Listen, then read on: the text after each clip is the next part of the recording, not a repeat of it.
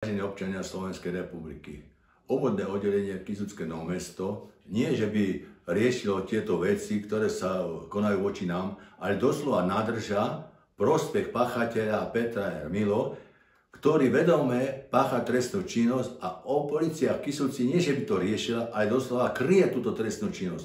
Keď si dovolí Peter Milo nás vyháňať z tejto spoločnej prístupovej cesty, ktorá mi bola určená jednak v rozhodnutí a v stavenom povolení, že táto cesta patrí ako môjmu domu, tak ich domu a nemôže ma vyháňať.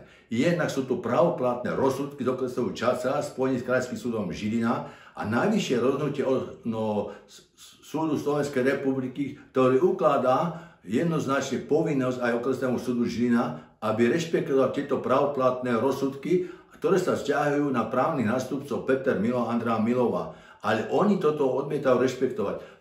Akorát sa zmenilo to, že na liste vlastníctva číslo 421 sa zmenil iba vlastník, ale právny stav je ten istý. Ja vám ukážem výpis nehnuteľnosti 2.8.2024 tohto roku a takisto vám ukážem mapu, že ten právny stav je ten istý, kde majiteľ listu vlastníctva je Peter Milo, Andrea Milova. Teda opakujem, aby ste videli aj policajti čestní, ktorí konáte v súlade so zákonom, aj prokurátori, aj sudcovia, že ja chcem len, aby sa konalo zákonnou cestou podľa predpísaného znenia a ústavy Slovenskej republiky. Nič viac, nič menej. Tu zákon musí platiť pre každého rovnako. Nie, aby polícia chránila páchateľa, úmyselné vedomé trestnej činnosti a tak ďalej.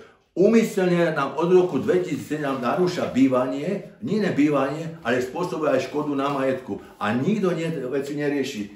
Vyhotoví prokuratúra, okresná, krajská, včetne generálneho prokuratúra. Už sa to trocha aj zakúktam, lebo som podcené mozgové prievode, sa mi ťažko hovorí, vážne občania, prepáčte mi za môj